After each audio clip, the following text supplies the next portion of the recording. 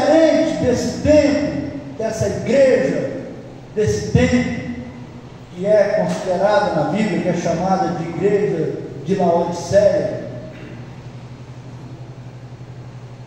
que exige de Deus. Sua palavra diz, então eu quero, que faz permuta com Deus. Eu vou pagar 10 adiantado para o Senhor me devolver 100. Que tem uma palavra positiva, que acha que Deus vai obedecer a palavra dele. Eu profetizo em nome do fulano, em nome de Jesus. Isso vai acontecer na sua vida, porque eu profetizo em nome de Jesus. Isso é muito diferente de se humilhar na presença de Deus com o rosto em terra, na presença dos outros, na presença dos seus súditos. Humilhai-vos, pois, na presença de Deus, que Ele vos exaltará. É o que diz a palavra, que os homens de Deus, eles que alcançaram os milagres de Deus, eles sempre agiram dentro dessa mesma linha do Josafá. Então aqui, pegando aqui no versículo, capítulo 20 de 2 Crônicas, tem mais passado um tempo, os moabitas, os amonitas e os meunitas se uniram para lutar contra Josafá.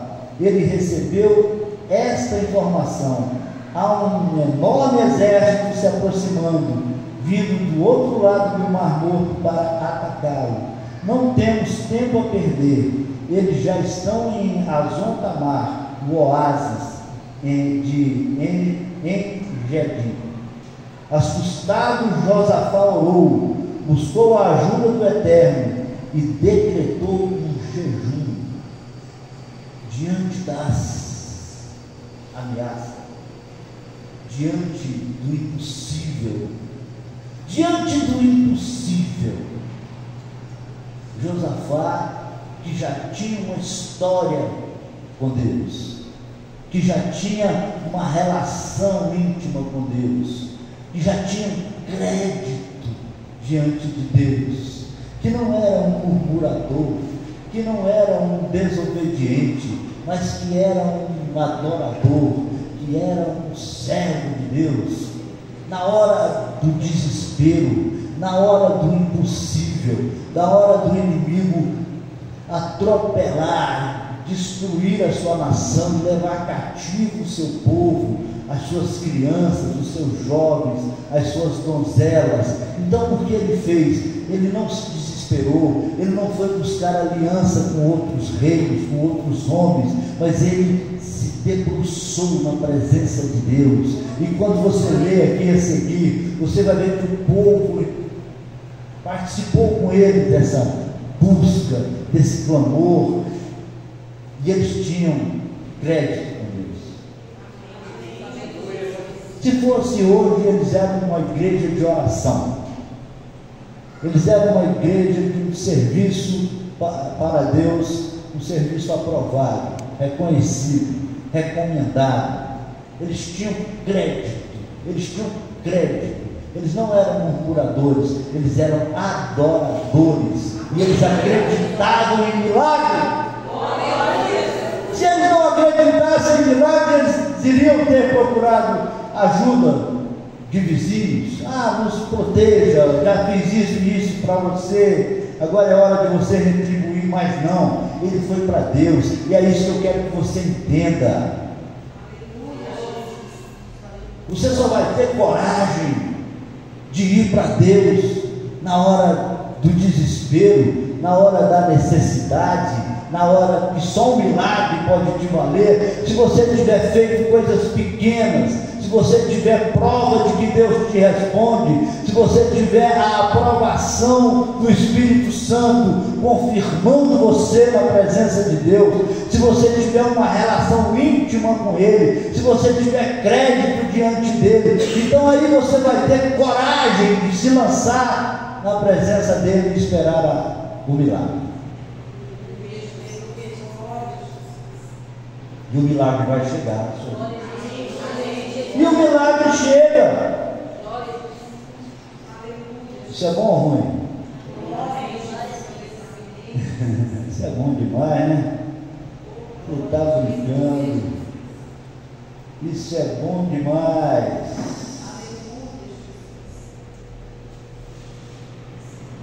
Aí, eles reuniram ali, o profeta anunciou a palavra de Deus, fortaleceu,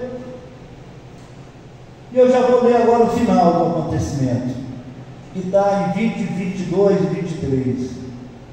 Eles saíram para enfrentar aquele exército temível, terrível. Eram 3 nações contra eles, e eles não ficaram amotinados, mas eles saíram para enfrentar, depois dessa oração, depois de serem fortalecidos por Deus.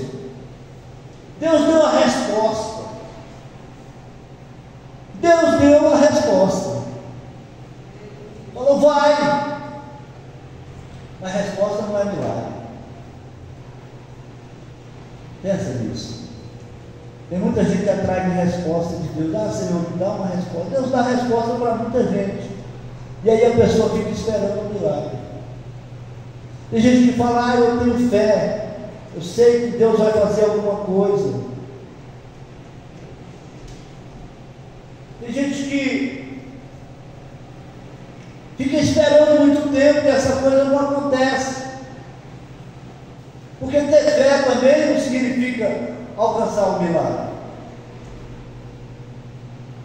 Tem gente que espera com paciência no Senhor, como diz a Bíblia, esperei com paciência no Senhor, mas não tem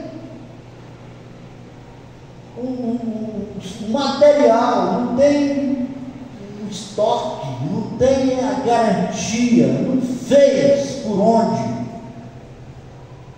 É como um estudante que quer prestar um concurso, mas não se debruça diante dos livros, como aqueles que são aprovados se debruçam.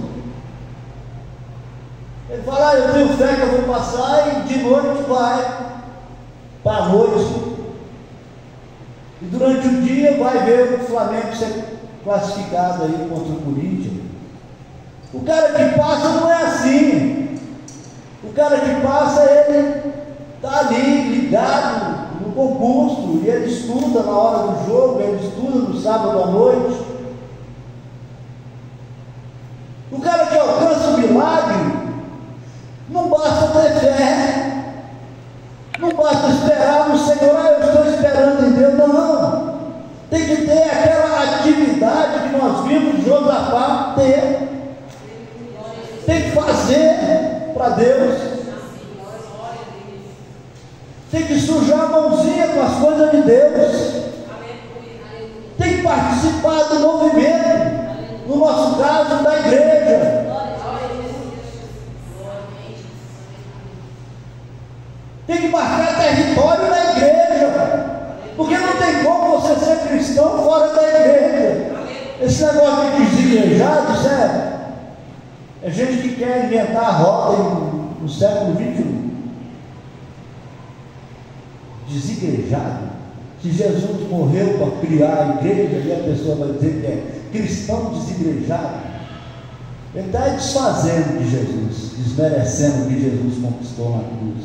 Não tem jeito, porque o cara pode ser desigrejado baseado na sua fé e alguns arrepios que ele tem quando ele levanta a mão para cima e fala o nome de Deus. Mas arrepio é uma coisa que um vento forte pode promover uma pessoa. Eu quero ver na hora de enfrentar um demônio, na hora de enfrentar uma tragédia, na hora de enfrentar uma doença, como é bom ter a igreja com dons espirituais, com pessoas de oração, com profetas maravilhosos que chegam e Deus opera na situação. Isso aqui é maravilhoso. Eu quero ver um lugar que tem pregadores capacitados para trazer uma mensagem do Espírito Santo, capaz de mudar a minha maneira de pensar, capaz de me animar, capaz de criar entusiasmo na minha vida, capaz de me tirar do desespero. Isso é igreja.